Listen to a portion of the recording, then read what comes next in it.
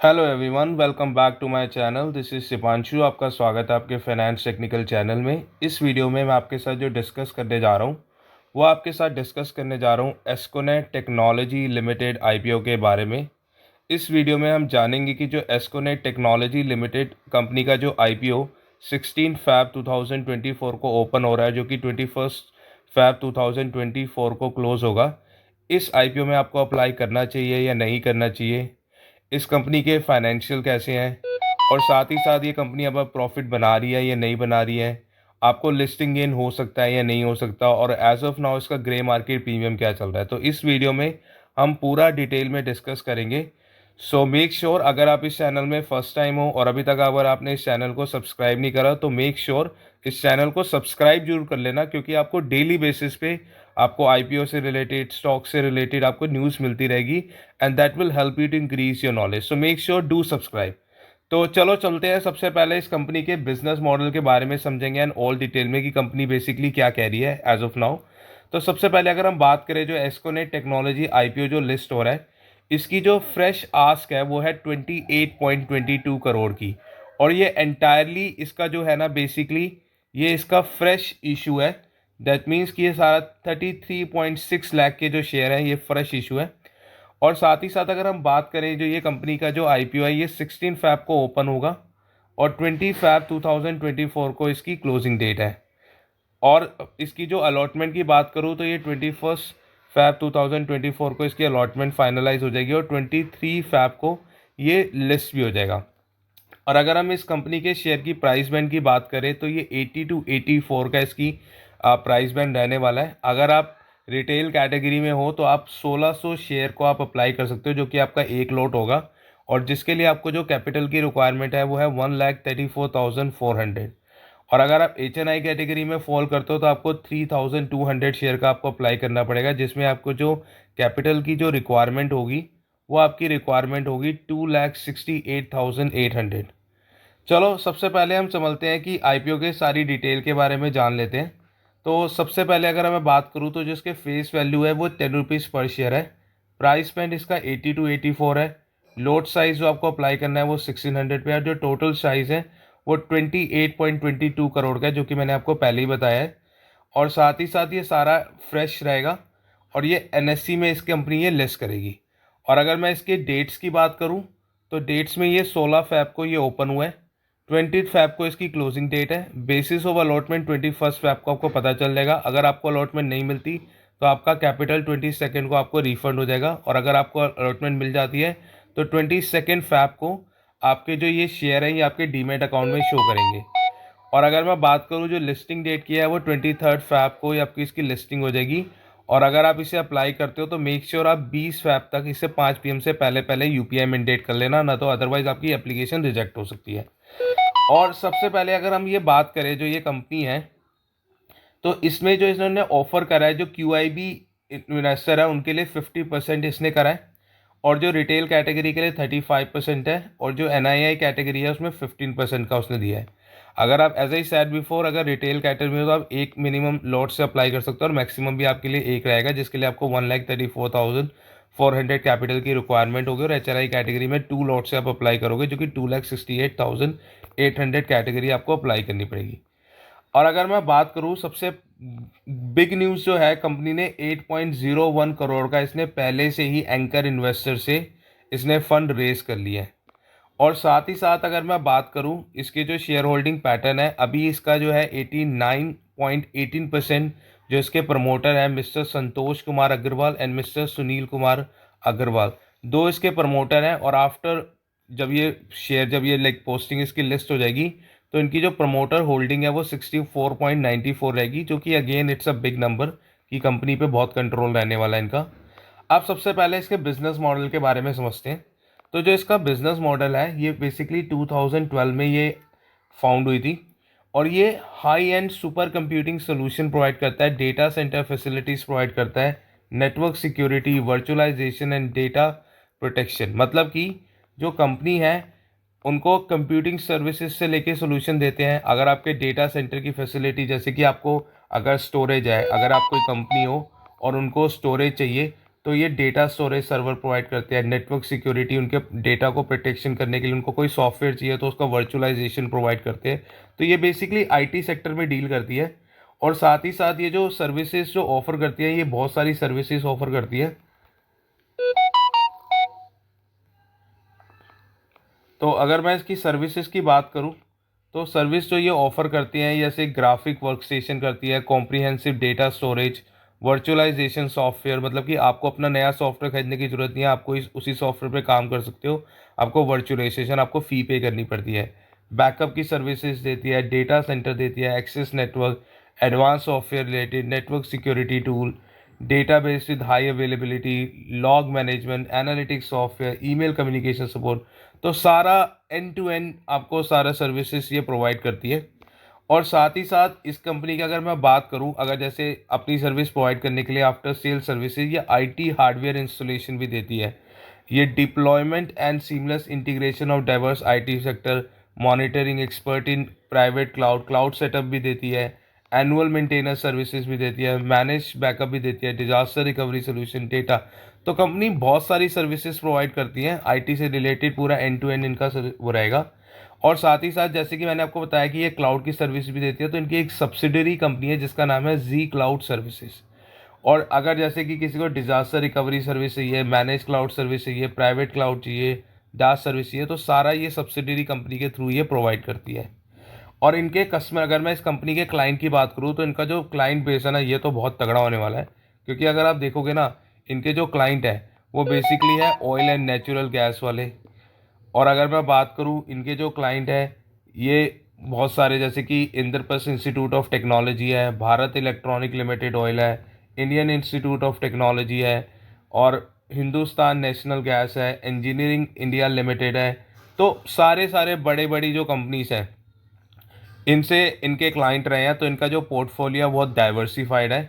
और अगर मैं एम्प्लॉयज़ की बात करूँ ना, तो एम्प्लॉयज़ इसके 47 है। क्योंकि क्या होता है ना, जब कोई कंपनी आईटी सेक्टर में डील करती है ना, तो आईटी सेक्टर में जो एम्प्लॉयज़ की जो रिक्वायरमेंट होती है, वो एक टेक्नोलॉजी वाले एम्प्लॉय की ज़रूरत होती है। तो आप जब भी कोई बड़ी ऐसी कंपनी देखोगे जो एसएमई कंपनी हो, तो इनमें एम्प्लॉयज़ बहुत कम ही होते हैं। क्योंकि ये कोई ऐसा कोई मैन्युफैक्चरिंग फैसिलिटी तो है नहीं, या कोई ऐसा नहीं है कि कोई ये प्रोडक्ट बना रहे हो। ये बेसिकली सॉफ्टवेयर पे है, सॉफ्टवेयर बनाते हैं। But the most important thing कि इनके एम्प्लॉयज़ की बहुत कमी ज़रूरत होती है। और जो एम्प्लॉयज़ होते हैं वो सारे वेल एजुकेटेड होते हैं। और अगर हम इसके अब इस बेसिस पे तो हम डिसीजन ले नहीं सकते कि कंपनी करती क्या, हमें इसके फाइनेंशियल भी समझने पड़ेंगे, इसके की परफॉर्मेंस इंडिकेटर भी समझेंगे, और उसके बेसिस पे हम डिसीजन लेंगे कि आपको इस आईपीओ में अप्लाई करना चाहिए या नहीं करना चाहिए। तो सबसे पहले हम इसके फाइनेंशियल की बात करते हैं। ओके, सबसे पहले अब हम इसकी बात करते हैं कि इसके जो कंपनी के जो एसेट्स हैं, एसेट्स में कैसे है। तो जो कि एसेट जो इसने 31 मार्च 2023 में जो इसने रिपोर्ट करे हैं, वो 2798 के एसेट के वे करे हैं। और उसने 30 सितंबर 2020 में 4260 लाख के इसने एसेट इसने रिपोर्ट करे हैं। तो कंपनी के एसेट्स में ग्रोथ हुई है। बट मेक श्योर ये जो मैं डेटा आपको बता रहा हूँ ये लैक्स में बता रहा हूँ, तो ये आपको जरूर आपको पता होना चाहिए। तो कंपनी के एसेट्स बढ़े हैं, क्योंकि but the most important thing कि इसने 2023 से पहले के इसने एसेट्स अभी तक दिखाया नहीं है कि कितने इसके एसेट्स है। But there is a possibility, जैसे कंपनी आईपीओ ला रही है तो ये अपना बिजनेस एक्सपेंड कर दिया, और जैसे बिजनेस एक्सपेंड कर दिया तो इनको अब एसेट्स में ये इन्वेस्ट करें। क्योंकि आईटी सेक्टर में ना जो भी कंपनीज हैं उनके एसेट्स ज़्यादा होते नहीं, क्योंकि उनको ज़्यादा एसेट्स की ज़रूरत ही नहीं पड़ती। उनका जो बिजनेस होता है ना, उनका वर्क फ्रॉम होम भी चलता है। अगर एक कंपनी है जो मैन्युफैक्चरिंग फैसिलिटी है, तो उसको बड़े बड़े प्लांट्स चाहिए अपने प्रोडक्ट को मैन्युफैक्चरिंग के लिए। But when I talk about IT sector company में, उनको इतने बड़े एसेट्स की जरूरत ही नहीं पड़ती। But still there is a need for asset. But ऐसी कंपनियों के ना एसेट ज़्यादा नहीं होते। But that's a good part कि इनके एसेट्स ग्रोथ हुए हैं। और रेवेन्यू अगर मैं बात करूँ, तो इनके पहले 9690 लाख थे, फिर इसका 7146 इसने रिपोर्ट करे हैं। तो जो रेवेन्यू है ना, रेवेन्यू में इसका डिप आया। ये जो पैरामीटर्स है ये कंसर्न का है। तो ये थोड़ा सा आपको देखना पड़ेगा कि कंपनी के रेवेन्यू को कम हुआ है। बट अगर मैं प्रॉफिट आफ्टर टैक्स की बात करूं, तो पहले इसका 304 लाख का इसने दिखाया था, और उसके बाद 305। तो इनके इंस्टेड ऑफ, अगर रेवेन्यू कंपनी के कम हो रहे हैं, बट एक बहुत अच्छा पॉइंट है कि कंपनी फिर भी प्रॉफिट को मेंटेन कर पा रही है, और साथ ही साथ थोड़ा सा इसके प्रॉफिट में भी आ पाया है। अगर एक कंपनी का रेवेन्यू कम होने के बाद भी अगर प्रॉफिट अगर वो मेंटेन कर पा रही है ना, तो दैट मीन्स कि कंपनी को ना बैड टाइम में कंपनी अच्छा परफॉर्म कर सकती है। क्योंकि किसी भी कंपनी की जो, अगर आपको पता करना है ना कि कंपनी अच्छा कर रही है या नहीं कर रही है, तो आपको कंपनी को देखो कि वो बैड टाइम में क्या कर रही है। जब कंपनी का बुरा टाइम चल रहा था तो कंपनी के रेवेन्यू कम हुए बट फिर भी इसने प्रॉफिट मेंटेन करा, तो this is a good news for the investor. अगर मैं नेटवर्थ की बात करूँ तो नेटवर्थ भी कंपनी की बढ़ी है। अगर मैं रिजर्व एंड सरप्लस की बात करूँ तो रिजर्व एंड सरप्लस भी ऑलमोस्ट 2x हो गया।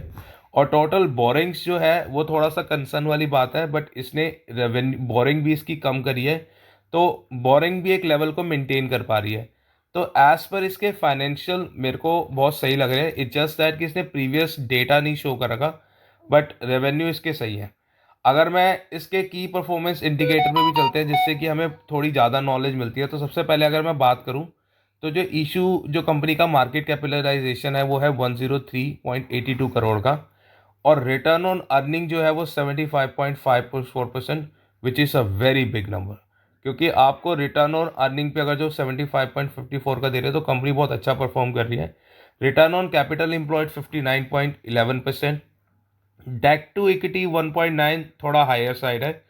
यूजली 1 से कम होना चाहिए, अगर इवन 1.2 1.3 भी है तब भी मैं इसको कंसीडर करूँगा, बट 1.99 थोड़ा सा बिग नंबर है। तो हमें कंपनी को ना, मतलब कि जब कंपनी अपने क्वार्टर रिजल्ट जब ये अपलोड करेगी तो हमें we need to make sure कि इसका डेट टू इक्विटी रेशियो कैसे कर रही है।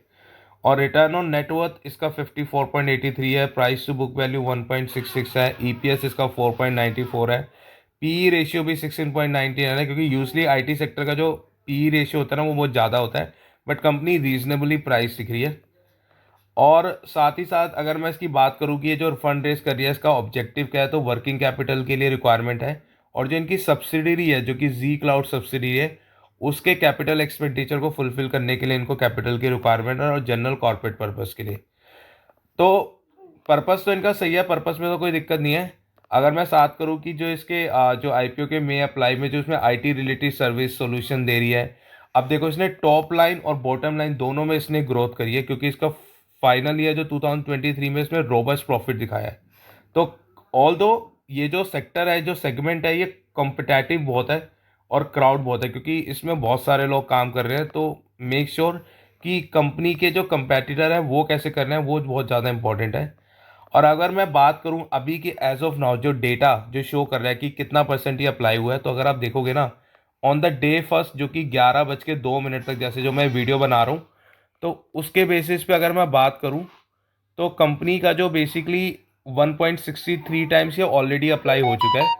अगर मैं इसकी बात करूं रिटेल कैटेगरी में अभी इसका डेटा नहीं दिखा रहा, सॉरी क्यूआईबी कैटेगरी में डेटा नहीं दिखा रहा। और अगर मैं रिटेल कैटेगरी की बात करूं तो इसका 2.89 टाइम्स इसने अप्लाई हो चुका है।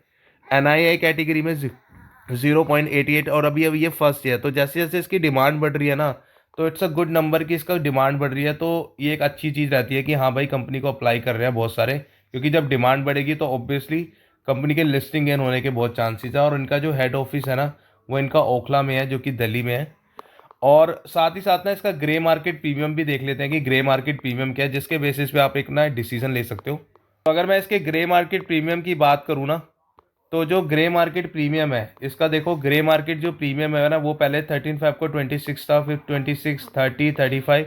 ग्रे मार्केट इसका प्रीमियम बढ़ रहा है, जो कि एक्सपेक्टेड रिटर्न दिखा रहा है अभी 42%, which is a good number. तो as per the grey market premium, as per the demand और as per the financial, it shows the positive growth. और इसके चांसेस हैं कि इसमें आपको लिस्टिंग गेन बहुत ज़्यादा हो सकता है, जिस विच इज़ ऑलमोस्ट 42%। बट अगर द ओनली कंडीशन अप्लाई कि इसका ग्रे मार्केट प्रीमियम में डिप नहीं आना चाहिए, क्योंकि जिस तरह से ये ऊपर की साइड जा रहा है ना, तो पॉसिबिलिटी है ये ऊपर ही जाएगा, क्योंकि डिमांड इसकी बढ़ रही है। तो आप इसको अप्लाई कर सकते हो as per my suggestion, but make sure आपको अपनी रिसर्च करनी बहुत ज़रूरी है, क्योंकि अगर अपनी रिसर्च नहीं करोगे तो उसके बेसिस पे आपको डिसीजन नहीं लेना चाहिए। So before you make any judgement आप इसमें इसमें रिसर्च करो, और आई वुड से कि एक दिन के लिए वेट कर लो कि और देखो कि कंपनी कैसे अपने इसका ग्रे मार्केट प्रीमियम कैसे परफॉर्म करता है। मैं आपके लिए वीडियो बना दूंगा, अगर रिक्वायरमेंट होगी तो उसके बाद अपने साथ डिसीजन ले सकते हो। सो that's all for my side, but make sure अगर अभी आप इस चैनल में फर्स्ट टाइम और अभी तक आपने इस चैनल को सब्सक्राइब नहीं करा, तो make sure do subscribe this channel, और इस वीडियो को लाइक ज़रूर कर देना, क्योंकि that will help you that will help us so that कि हमें भी ना पता चलता रहे कि आपको वीडियो पसंद आ रही है या नहीं आ रही है, और we can serve you better in the future. So that's all from my side and I will see you in the next upcoming video.